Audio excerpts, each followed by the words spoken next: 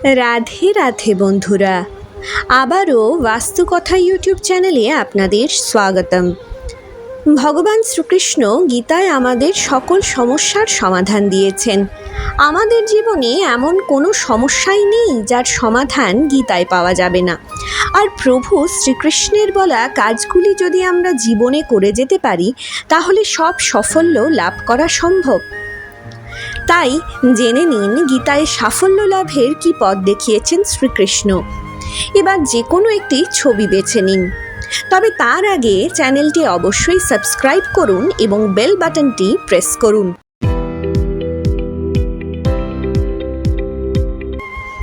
আশা করি একটি ছবি বেছে নিয়েছেন।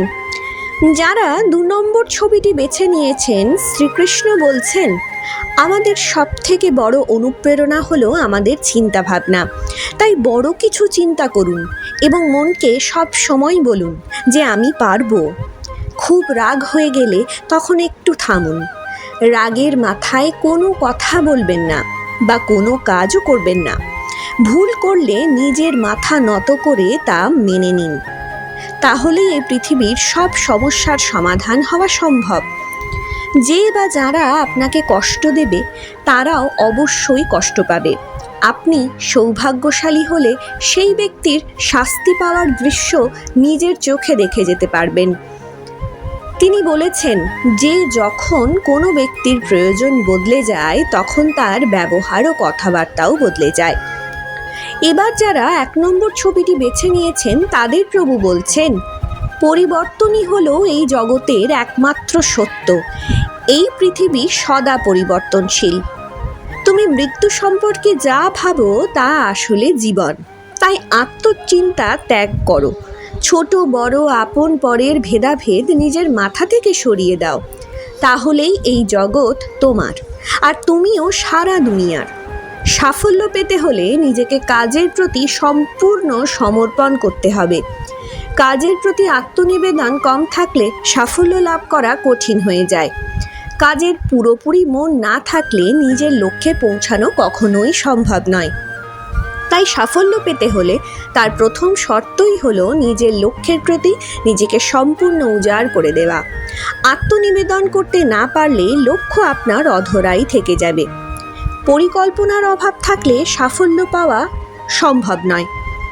সঠিক পরিকল্পনা করে এবং সেই পরিকল্পনা মতো এগোলে সাফল্য নিশ্চিত পাওয়া সম্ভব। যারা পরিকল্পনা করে এগোন না, তারা সঠিক সময়ে সঠিক পদক্ষেপ করতে পারেন না। সাফল্য এদের কাছে এসেও আবার দূরে সরে যায়। এখন যারা 3 নম্বর ছবিটি বেছে নিয়েছেন, শ্রীকৃষ্ণ তাদের উদ্দেশ্যে বলছেন যে কোনো কাজ ফেলে রাখা উচিত নয়। যে ব্যক্তি কালকের জন্য কাজ ফেলে রাখেন, সাফল্য লাভ তার পক্ষে কখনোই সম্ভব হয় না। নিজের হাতের কাজ যদি পিছিয়ে দেন, তাহলে সাফল্য পর্যন্ত আপনি পৌঁছতে পারবেন না। কারণ কাজ ফেলে রাখা হলো সাফল্যের পথে সবচেয়ে বড় বাধা। কাজ ফেলে রাখলে কাজ জমে যায় এবং তা শেষ করা আরও কঠিন হয়ে দাঁড়ায়।